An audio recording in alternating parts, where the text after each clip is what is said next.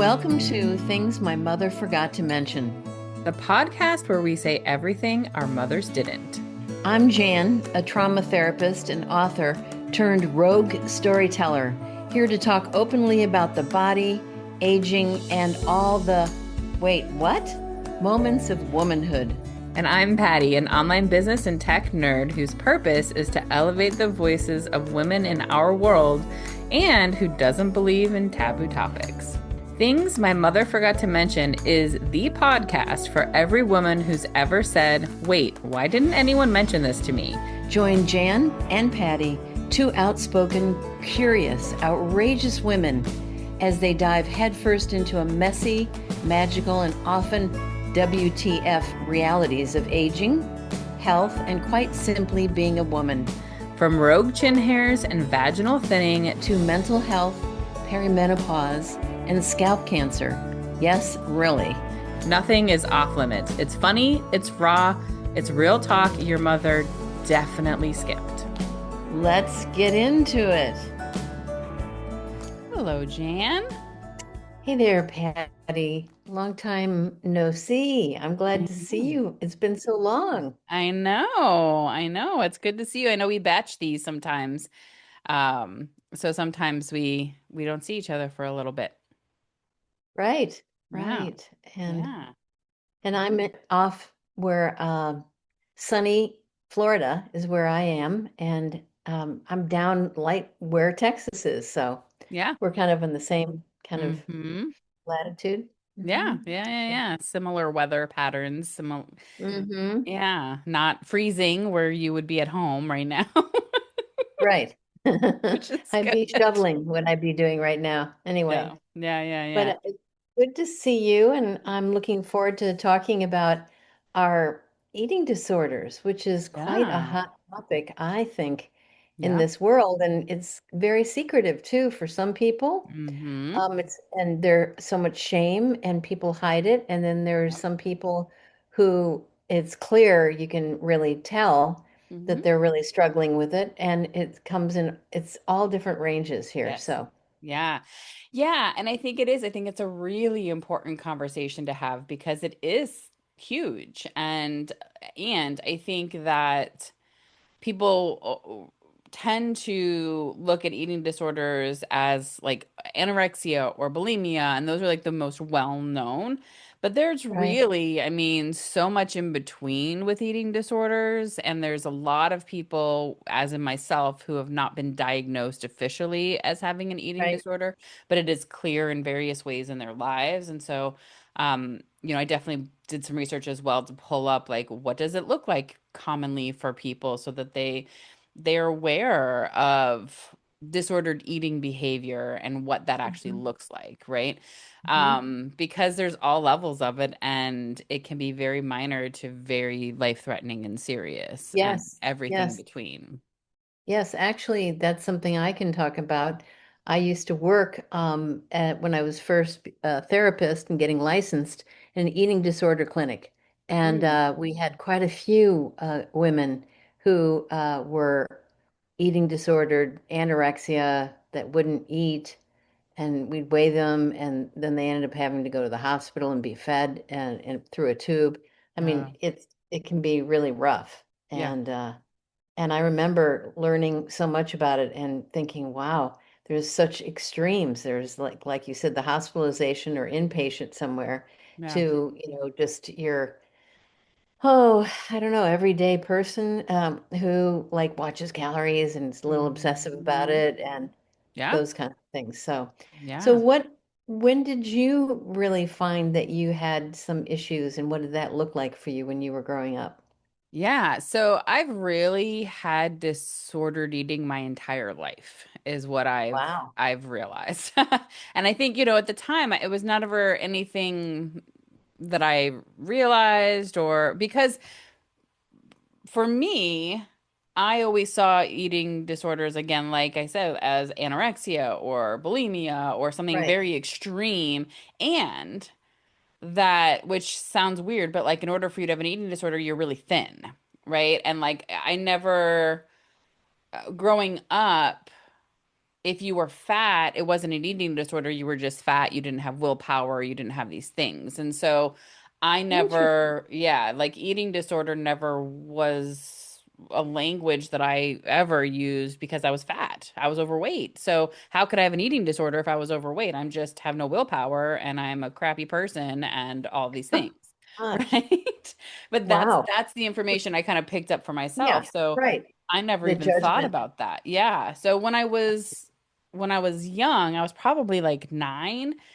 I was anorexic briefly. And so I had stopped eating and I think for me a lot of my eating disorder came from control stuff. Right? Mhm. So this was the only thing really I felt like I think I had control over in my life was food, right? With my body because being abused as a child, I didn't have power over my body. And so that was a way that I could do that. And so and it's really interesting because there's like pictures of me, like school pictures. You see, like I was always a chubby kid, you know. I Um, was and, imagining. and then I was anorexic. And so you see this next picture, and I'm just like super thin and Eh, kind of bony.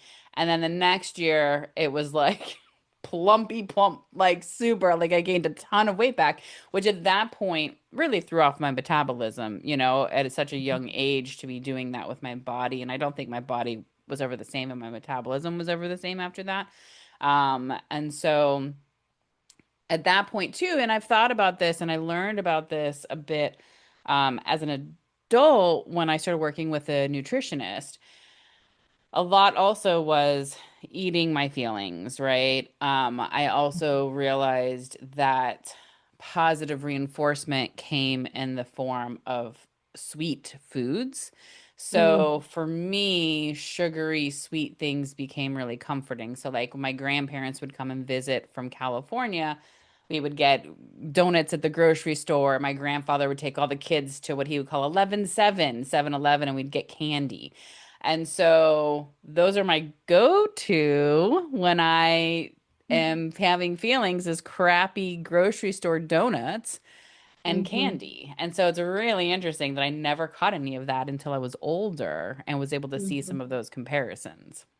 What about your mother? I know your father left when you were younger. Is that right? When you were about Well, when I was about 11, 10, yeah, around there actually. So 9, 11? he left. So, well, he moved out when I was around 9 or 10. And so Mm-hmm, I actually had gone from not eating anything, and then I was complaining about stomach issues. And that was mm-hmm, as they got a divorce and he had moved out. And I think it was hmm. just a lot of things of Manifesting the symptoms, yeah. right? And so they were just like, because I remember they were like, oh, it's because of the divorce. We don't see anything going on. So it's all because of the Mhm. divorce and it's emotional and stuff like that. Right. But what So yeah. about like an example, like did your mom make food for you guys or did you not have meals? I mean, sometimes I wonder about the education that parents Mhm. give their kids about Yeah. eating too. So, Great question. Yeah. So that's a part of it too. I really have learned more recently about really, I mean, I love vegetables and healthy food and things like that, but learning about the importance of the food pyramids and like balanced plates and things, I only really learned about as an adult when I was seeing a nutritionist. But when I was young, my mom did cook for us. She was a stay-at-home mom, so she cooked a lot, but we didn't have a lot of money. So everything, like all of the vegetables that we would have are canned or frozen. And so I didn't know like fresh vegetables until I was quite a bit right. older, like an adult. Like I didn't know what spinach, I didn't know spinach was like an actual leafy vegetable. I thought it was like a mushy thing that came out of a Thing box. from a can, right, or a box frozen. Okay, Yeah. yeah. Hmm. Yeah. And so, there was kind of that bit for me and so we had snacks and things like that. It wasn't ever a thing. And my mom was overweight. Her Uh-huh. parents were overweight. Her side of the family has struggled with their weight. And I would always see her like pull her shirt away from her stomach. And she would never wear sleeveless anything because her arms were too fat to be Mhm. seen. And she never, ever, ever remarked on my body. Mhm. But I watched it and I absorbed it, right? And Yes. and Hmm. she would say if I would wear when I was a little older, like a teenager, if I was wearing a shirt, well, maybe that's a little too tight. But she never said it in a way of like you can see your stomach, but that Mhm. was the insinuation, is that you're not supposed to let that belly bump of a tummy be visible. And so, Mhm. which made sense because I always see her Sure. pull her shirt away from her stomach. Right.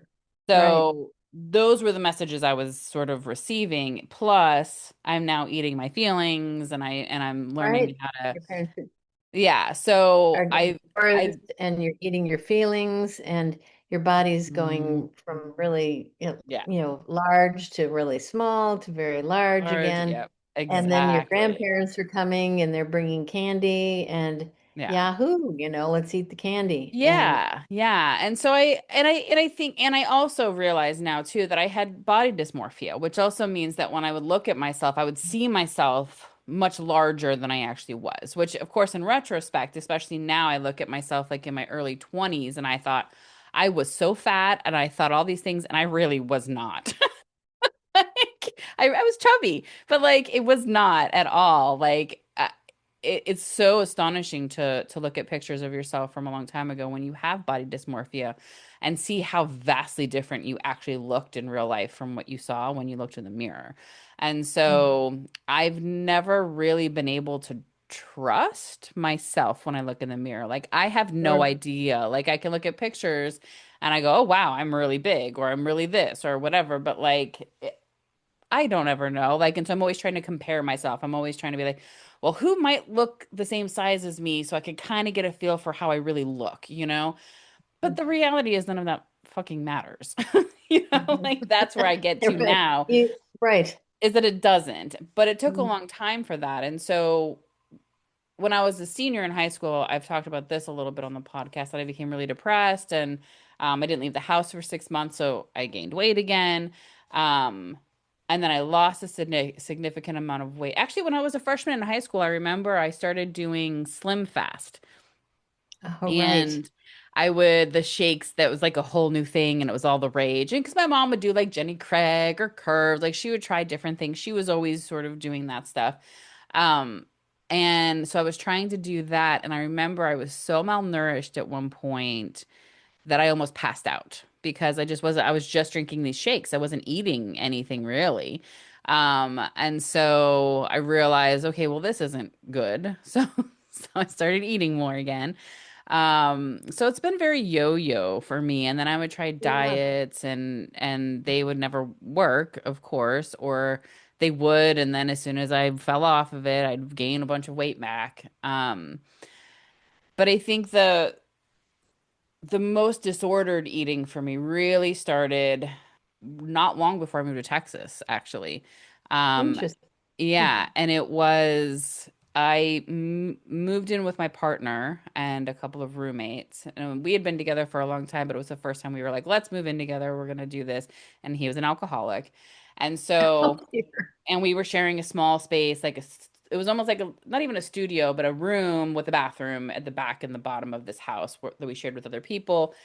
The housemates didn't make it very comfy to be up in the rest of the Mhm. house, so I was kind of in this little space, and I felt, I think, very out of control. I didn't, he was drinking all the time, like it kind of ramped up now that it was in my face and we were living together, and it was really intense. And it was the first time I ever started food hiding behavior. I've never talked about this Oh. publicly. I've only talked about this with friends because I've felt so much shame around it because I Mhm. was hiding food. I was starting to buy like sugary things and sweet things because I always ate healthy and we would cook together healthy and all these things. And I still struggled with my weight, but I always was healthy also. Um, and so I was getting like sugary cereals, or like it was around Halloween. So I'd get Halloween candy, and I would hide it and I would eat it. Or I would get crappy donuts from the grocery store and I'd eat them in my car before, and I'd put the wrappers in the garbage can outside so he didn't see it. Did he shame you for your Mm-mm. weight, or did he No, ever say anything never. like, "What's your problem?" No, Okay, so you kind never. of were It was making my that own up. stuff. Yeah, that was Okay, got all it. my own stuff. No, Hmm. he was always, liked my body and was okay with it. I mean, I was smaller when we got together, but it wasn't ever really a thing for him. And he had family. His mother's side of the family were larger women, also like ants and stuff like that that were larger. So I think it wasn't something that bothered him immensely. But it was for me, I mean, these were all messages that I was telling myself constantly that every time I heard anything out in the world, about like a TV show that shows a guy dating and he's like, no fatties, I would just internalize it and I would Right. internalize it. And so everywhere around us, should we choose to internalize it, there's plenty of fodder for us Yeah. to hate ourselves. And so I assumed and I would feel like, well, he deserves somebody thinner. And that would be the thing for me is, and again, he never ever said anything like that. He was Wow. always really lovely in that way. But I was like, You, all these so this reasons. Yeah. Right. So the messages you were getting, I mean, were some of it is education, Yeah. and you didn't have a great role model as your mother. Right. So that's a struggle. And then some of it was just all the trauma you had growing up as a Yeah. kid that was Hmm. unprocessed, and you were using food to Yes. medicate it, Yeah. just like people use alcohol to Correct. medicate issues, or they use marijuana or drugs, to medicate their issues because they're not dealing with them. And Yes. and yours started yo-yoing for you so early Yeah. that it's like a runaway bus, you know? Yeah, like my body will never like I'm at peace with that. That like even if I lose a lot of weight at this point, I'm gonna have saggy everything and like skin and like my body is never going to be what is deemed this beautiful thing. But so many bodies are not because they're beautiful Right. because we exist. And that's sort of the path I'm on now is like how do I first start with acceptance and then Hmm. maybe we get to love. Like let's start small Yeah. and Well, I start think marketing, have you noticed that even, which I think is great, is, you go to catalogs hmm online for clothes, and they Yeah. have models that are full figured, and I think Yeah. that's great. Yeah, I remember it started actually around that time that we were living together that I started seeing that and I was like, "Oh my God, I'm actually able to buy cute clothes." Because you could never buy cute clothes when you were overweight. Yeah. Like you'd have to buy Yeah. ugly things but now I can have my own style. Like I can actually buy clothes that I think Hmm. are cute and that fit me. But Hmm. yeah, it really has been quite the process of that. And so I gained a lot of weight during that period because I was starting this sneaky behavior. And then that led to binge eating. And so I didn't purge, I just binged. So then I would get to a point, and by the time I was living here in my apartment by myself, so this is newer behavior for me. I was binging because it was the How first time how old are you now when you're starting 40. this? Oh, probably in my mid to late 30s that I'm starting Mm. full binge eating. Hmm. Because now I think this was the first place I've lived in. I was alone.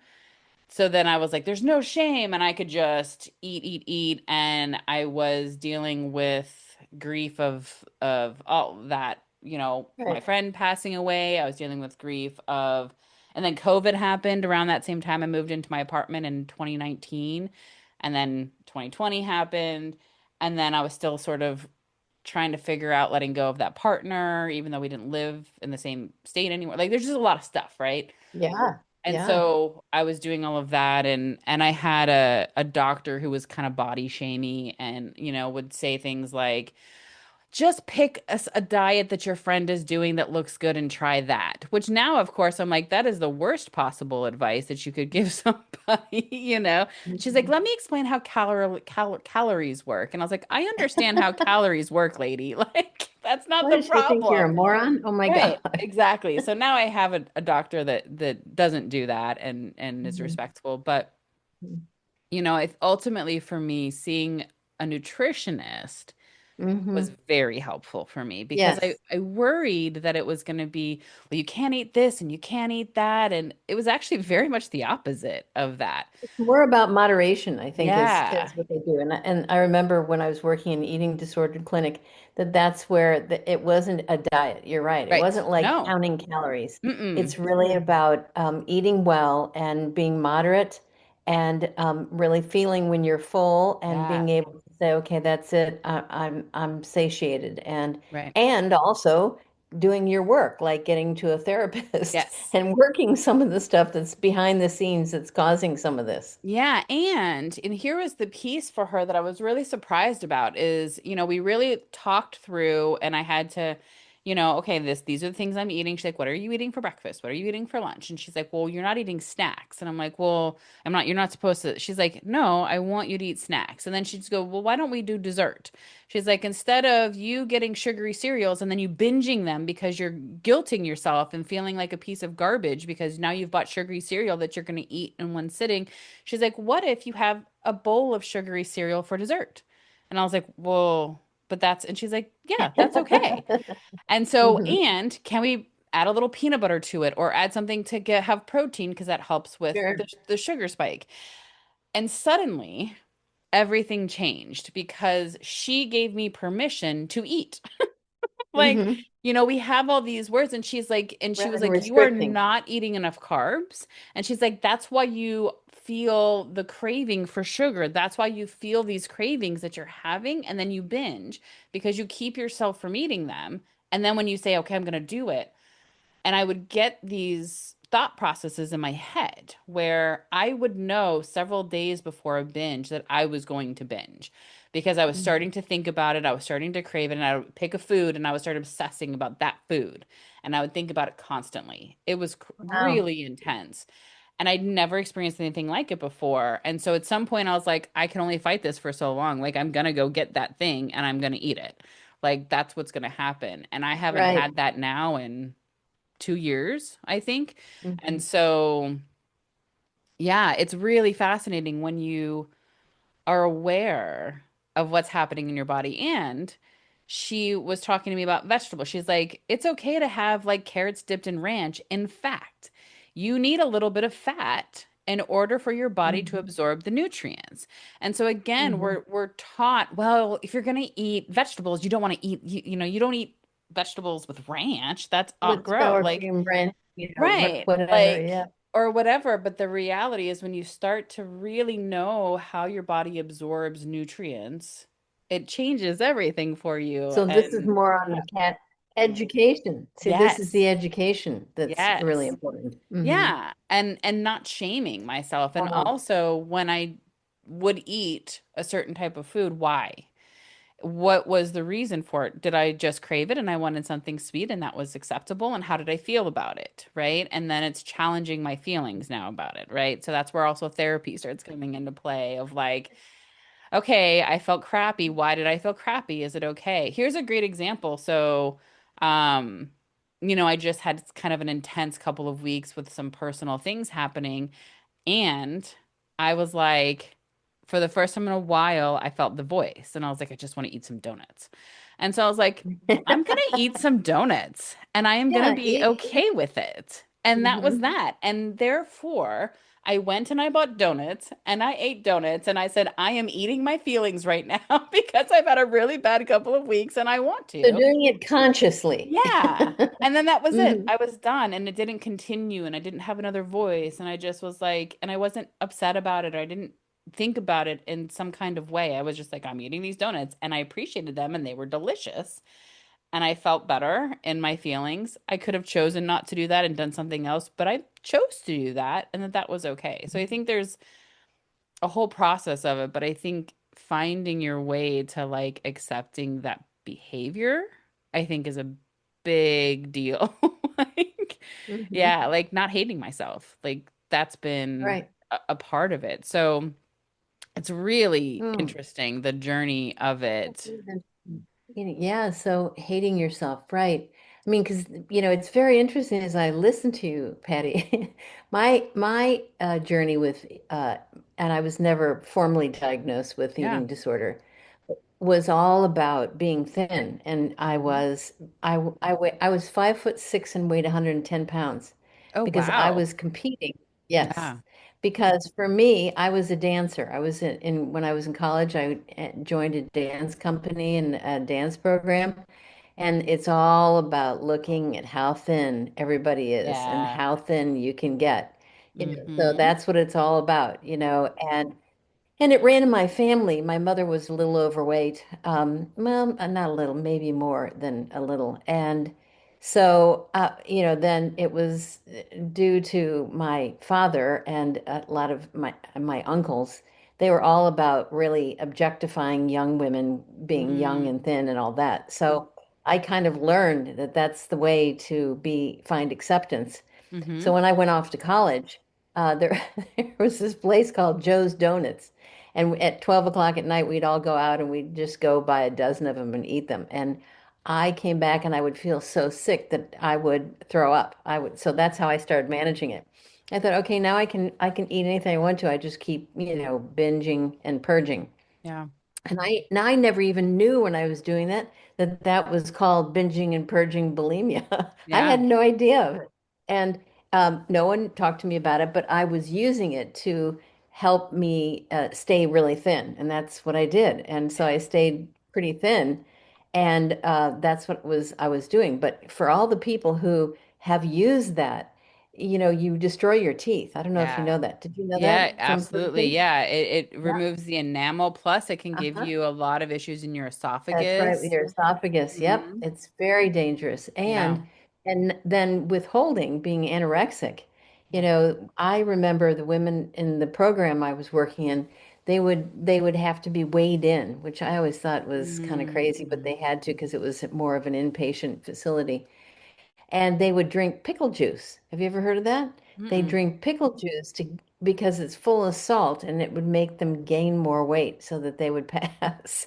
And Oh, it was crazy that a wow. lot of them that wouldn't, then, like I said, we had to send them to an inpatient hospital and we always had to threaten them. We're going to then have you, line fed with a tube down your nose. Uh, But it's brutal. I think some of that, treatment, I don't know where it is today as far as treating eating disorders, but the way we were doing this, and this was, let's see, I've been in practice for 31 years. So this was like 30 years ago.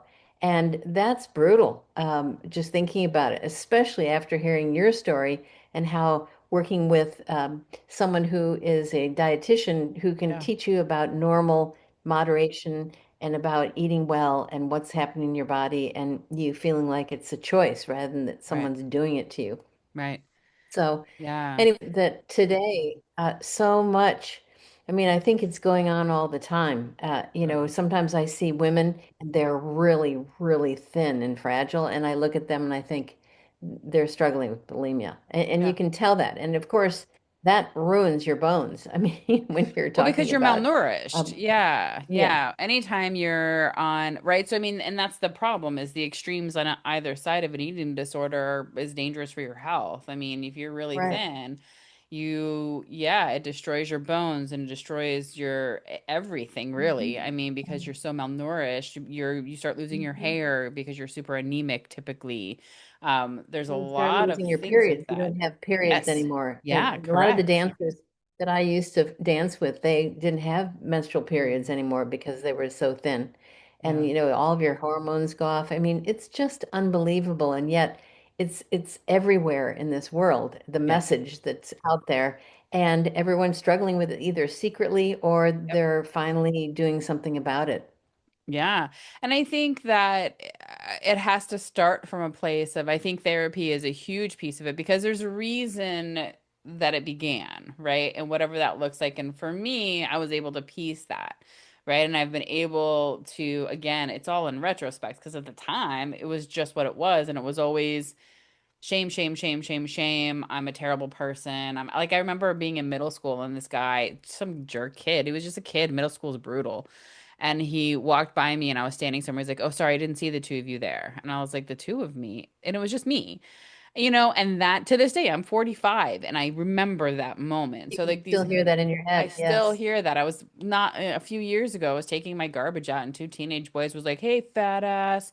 And I was like, and I came in and I started sobbing.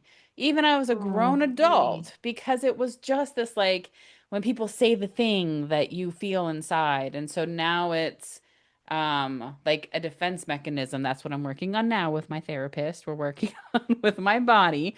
We're working on because I'll Mhm. say things that'll be like, oh yeah, I'm blah blah. Like I try to let people know or recognize like if I'm gonna see somebody, just so you know, I've gained a lot of weight since you've last seen me. Like, come on, Patty. Like you don't Mhm. need to do that before people see you because it's this for me, it's protection, right? Which actually brings up Mhm. another point is that when a lot of people when they deal with especially sexual abuse or sexual assault, Sometimes weight gain will come with that because it's a protection of their Yeah, body. it's Um, protection. I was just going to say that. That's hmm exactly what it is. Yeah. And so there's that. And then there's this whole category. I just thought of this is people who are overweight and they do bariatric surgery. Yes. hmm And what happens is if they don't deal with what was the issues of getting them eating, they gain all the weight back. I have a couple friends of mine, colleagues of mine that happened to, Yeah. and it's like I said, now we're again talking about how important therapy is and working with this hmm and making it known and really doing your best to heal yourself here because Yeah. otherwise, your body and physically just takes a huge toll on you. Yeah, So, there's a lot with the GLPs right now too, and people taking yes. these shots for it. And that's Yep. my concern is I had not my doctor, but somebody I know, their doctor was suggesting to him, well, we're getting a lot of good, responses with this, and if you just take the shot, you'll start losing weight and stuff. And he was kind of telling me his case for it and why he was, and I was like, well, maybe, like, and I've thought about, should I do that, should I not? And I refuse to do it unless I have gotten to a point where I feel really secure and strong in how I am eating and those behaviors, and that if at that point I want to use it as a helping thing to get me over a hump or to a point, great. But I am not doing it for me personally. I won't do it as a I'm going to get ahead and lose some weight because I don't want to gain it back if I stop and this isn't over for me. This is going to be something, this Mhm. struggle Something with you my deal with your body life. for the rest of my Mhm. life, and this is Mhm. one of the challenges that I have. And I think for me, one of the things that helps me a little bit with the shame around my body when, it's hard to be in the world sometimes in a big body because you feel like people are looking at you or they make assumptions like that you're XYZ, fill in the, um, Yep. but what I do is I remember that we all have our stuff. My stuff is visible. Mhm. That's the Right. difference. But you have stuff and Mine is they have invisible. stuff. Right. Yeah. Yes, You mine know, is and invisible. And when I was with my ex, that was one of the moments, one of the things is like you said, it was similar to somebody who's drinking or like an addiction. And that's what I would think about when I was eating. I'm like, I could relate to what he was going through on a very small level because it's not the Yeah. same. But like with him and alcohol, I would relate in that way with me and this that I was starting and this food hiding because he would hide alcohol and I would hide food. And here we were, a great match, hiding things from each other that we felt shameful about and to try to be like, we're great, look at us, we're super healthy. But we're both hiding these things, right? And so I could relate to Mhm. that. And it's such a Mhm. process for us to have to go through just to like at the base point be like, hey, I'm messed up. I have stuff, or I'm not messed up. I mean, I don't like saying it that way, but I have stuff. But we all Mhm. do. And I'm working on We it. all do. And my Yep. stuff is always going to be visible because it's in my body. Now, the only thing I know is because we haven't done our episode on this, but when you have joints like hmm my knees and my hips, and I've had my hips replaced, and now I'm going to be having my knee replaced, is some doctors, especially later on in people's lives, if they're Yeah. overweight, it really wears out the joints, and they won't do. They They won't do said it. you've got to lose some weight before we give hmm you these new knees because you're going to end up having to get new ones Right. very soon. And Yeah. they gave me, a lifetime of 18 to 20 years for each hip, and it's been longer than that, I think, in my left hip. But, I don't pound on it. I keep my weight off. I take good care of it because I don't really want to have surgery again. Yeah. So I think that's the only time when a GLP-1 might be Yes. useful to help your health because of joints. If that's an issue, you may not even have arthritis, so it's not a problem. Right. And not only that, and so I agree with that completely that there are other ways. And I mean, the real thing with GLP and why it originally started was to help with diabetes. And so if you're struggling with Right. diabetes, then absolutely that is something that helps. Do And it. that is known to help because it does help you lose weight. It does Mhm. help you get your sugar, your A1C in a better place. Like that and I know somebody who's doing GLP and she is seeing like she's almost like normal everything at this point from using it. So Nice. absolutely like use it if it's being prescribed by your doctor for health reasons. Like or I know somebody who had one of the surgeries because she has heart disease in her family and for her it was like, Yeah. you know what? This is Yep. worth it for me and she's working really hard to keep the Exactly. weight where it is and keep it off and but for her, that was more the impetus than just losing weight, right? It was a push Right. for, well, this is what Right. I need for my health. The So there's health that piece of it issue. too. Right. Exactly. Yeah. Yeah. So there's a lot of resources out there, I think, in Yeah. this day and age, right? Yeah. So what are Yeah. some of the resources that you have found really, really important? You're a nutritionist, right? Yeah. So I would say hands down a dietitian nutritionist. One Hmm. who is a health at every size. Nutritionist is really helpful because they are not necessarily looking at your eating as a focus of losing weight. And I think Hmm. that that's where I'm at is like my goal isn't to lose weight, my goal is to be healthy. And so being Hmm. healthy for me is going to include weight loss, and that's a part of Hmm. that. So it's a secondary goal, It's a but the part, but goal it's for not the me, goal. Right. that's Hmm. right, because if the goal is weight loss, that's a trigger for me. And I start to feel shame and I start to feel these things. So I think it's Yep. being really aware of therapy, first of all. Therapy always, I think is really helpful A to good help therapist. a good therapist. And again, the same, somebody who's not going to shame your body, shame anything that you've experienced, but to find some of the sources of why you're eating the way you are, why you're struggle or not eating the way you are, whatever that looks like. And then also the struggle with your body because there's body image that comes along with all of this. So how do Oh we get gosh, to a isn't that the point, truth?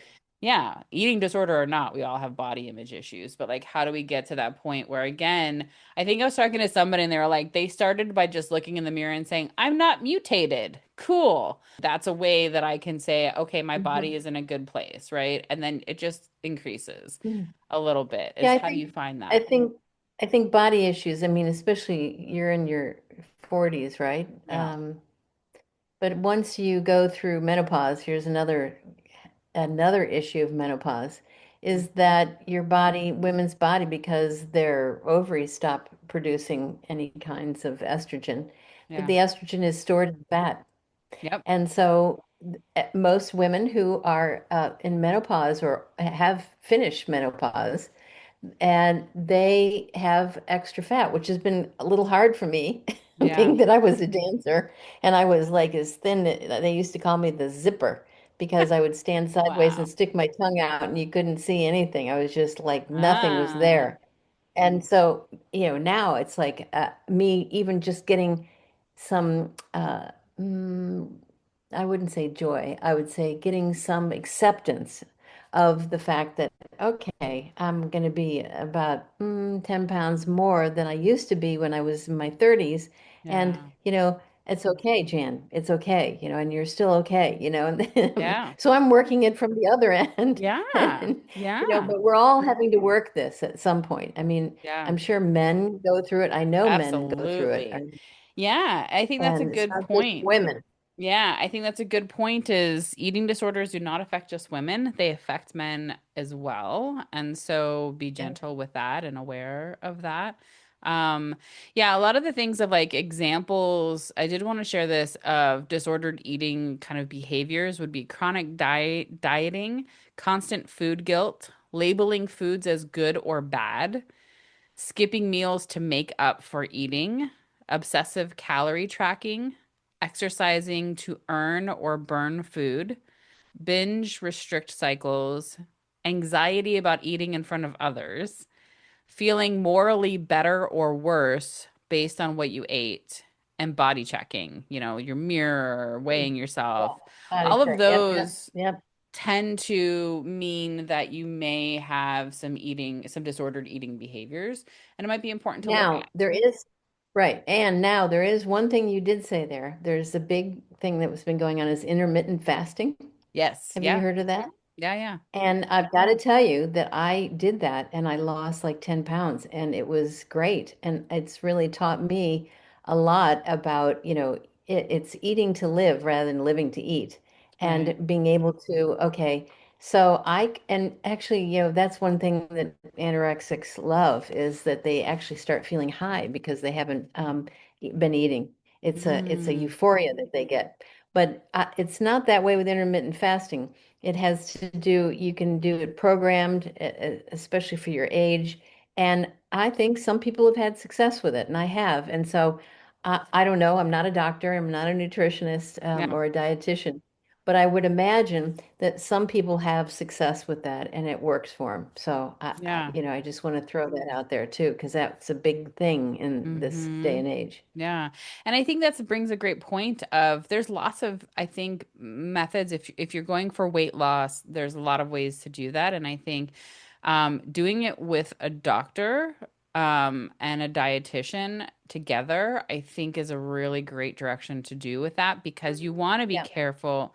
You want to be careful when you are looking at diets because you don't want to pick things that are going to trigger some of these behaviors, or you want to be aware of that. So I think that's a great point. But yeah, Mhm. I've heard a lot of really good things about intermittent fasting, and I think that there are Yeah. some things that suggest it's good for your health as well. So yeah, Mhm. I think that's a Yeah. great it's a Yeah. great thing. Yeah, Yeah. definitely. Yeah.